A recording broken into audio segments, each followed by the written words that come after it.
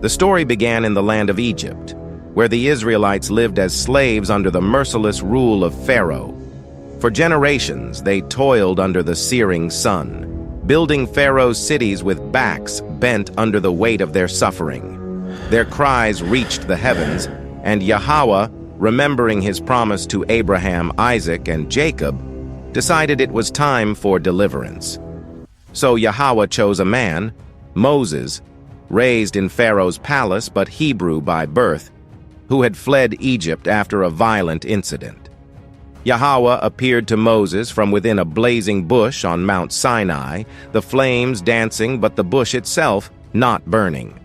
A voice, powerful and divine, called out, "Moses, I am Yahweh.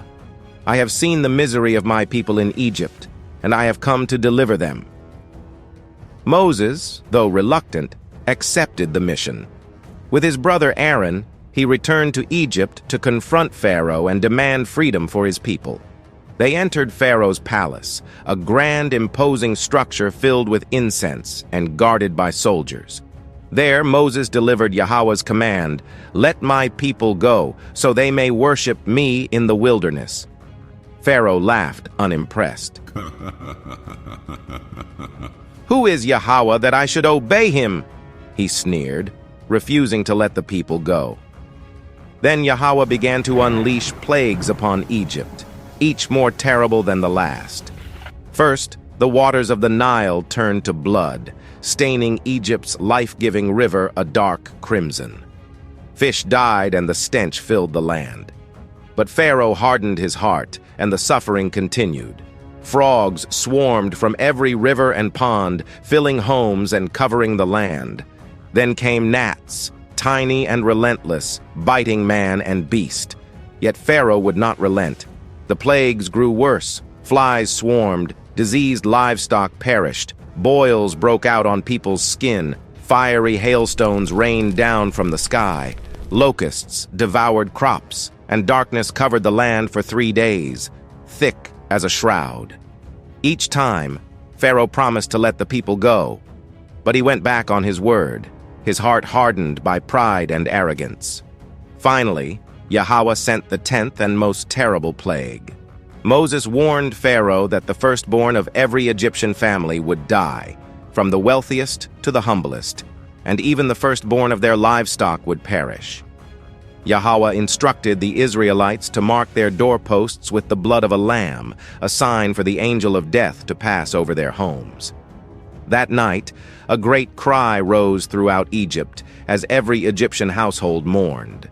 Pharaoh, shattered by the loss of his own son, finally relented and ordered Moses to take his people and leave. As dawn broke, the Israelites gathered their belongings, laden with gifts from the Egyptians who were eager to see them gone.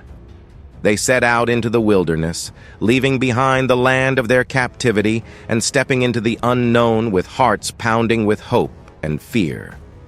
But as they journeyed, Pharaoh's grief turned to fury, and he regretted letting the Israelites go. "What have we done, letting our slaves escape?" he bellowed, rallying his chariots and soldiers. The Egyptian army, a terrifying force of chariots and horsemen, pursued the Israelites, determined to bring them back. Soon, Moses and the people reached the edge of the Red Sea. Behind them, the pounding hooves and war cries of Pharaoh's army grew closer, filling the Israelites with terror. With the sea before them and the army closing in, the people turned to Moses, crying out in fear, "Were there no graves in Egypt that you brought us here to die?" But Moses stood firm. "Do not be afraid," he declared, his voice steady.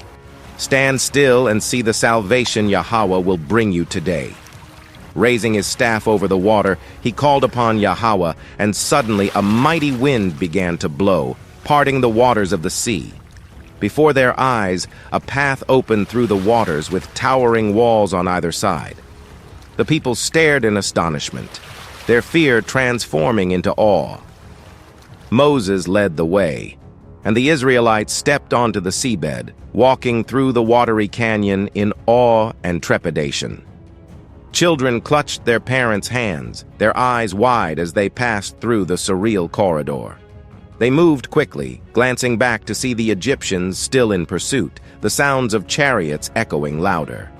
As the last Israelite stepped onto the far shore, Moses raised his staff one final time. With a roar, the walls of water collapsed, crashing down upon the Egyptian army. The chariots were swept away, horses and soldiers lost in the powerful rushing water.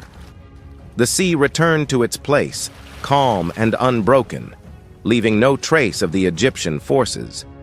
The Israelites watched in stunned silence, realizing the magnitude of their deliverance.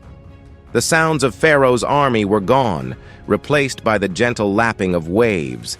Then a cheer went up, a cry of victory, of joy, and of newfound freedom. If you enjoyed this story, please subscribe, share, like, and comment. Thank you, and see you soon.